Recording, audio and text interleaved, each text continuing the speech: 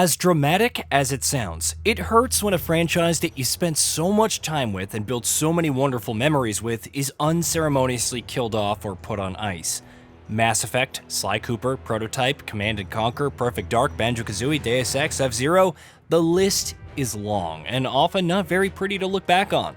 The reasons are as manifold as they are sad, from a new title not performing well and executive meddling to a lack of interest in the series or simply poor management.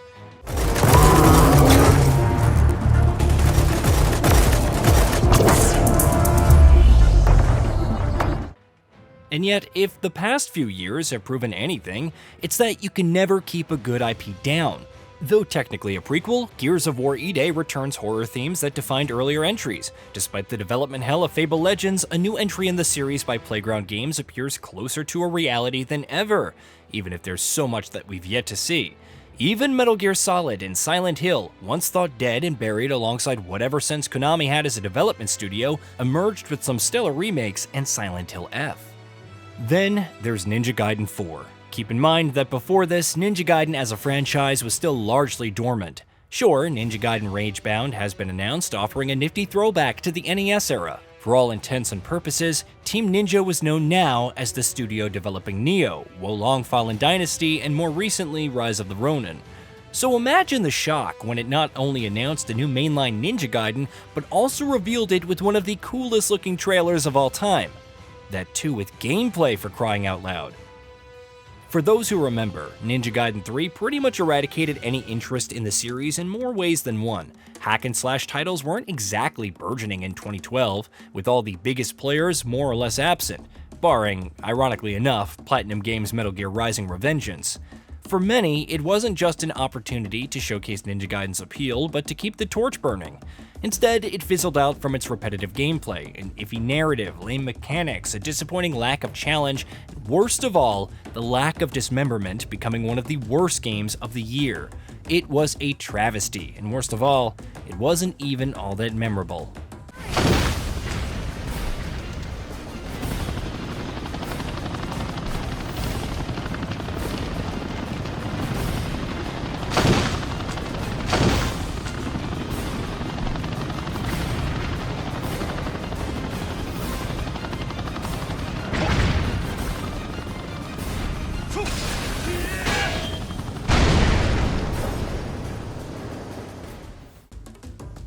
With Ninja Gaiden 4, Team Ninja, now working alongside Platinum Games, is seemingly returning to its bloody roots.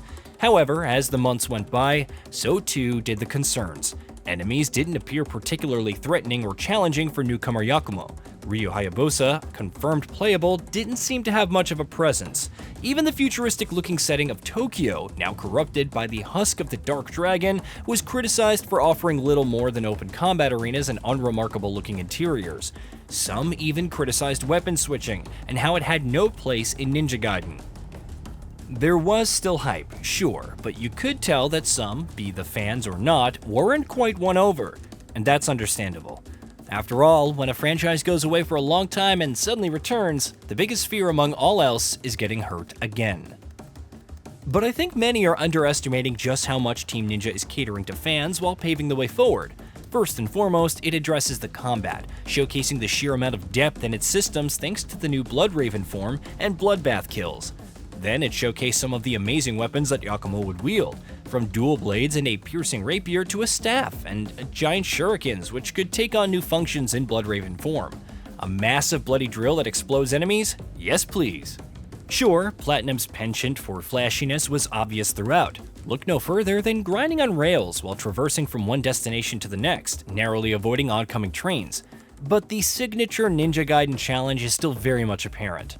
And no more so than when Master Ninja gameplay was revealed. The highest difficulty showcased enemies that weren't afraid to get active and outright dogpile Yakumo when given the chance. Even with fancy air combos, they could still deflect and block attacks. It also became more obvious throughout that Bloodraven form wasn't an insta-win tactic, and that taking advantage of blocks and parries involved a calculated amount of risk. Of course, those who prefer a more aggressive approach have their own ways to wreak havoc, but you'll need to adapt to different situations regardless, because they're all chaotic and unpredictable by sheer virtue of the number of combatants. That's something that I feel has been missing from contemporary hack-and-slash titles, whether action RPGs or otherwise.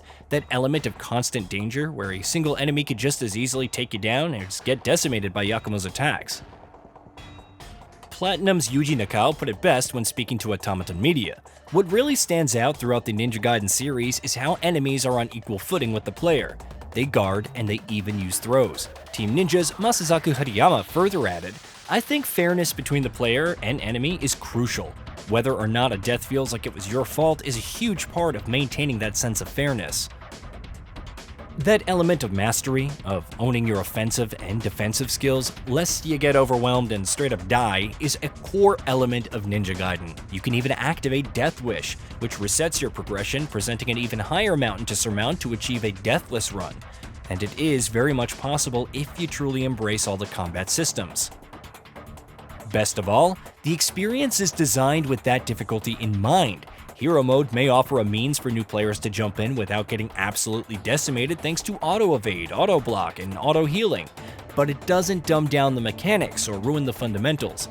If anything, they're more like limiters, offering a significant amount of safety, yet granting so much more when removed.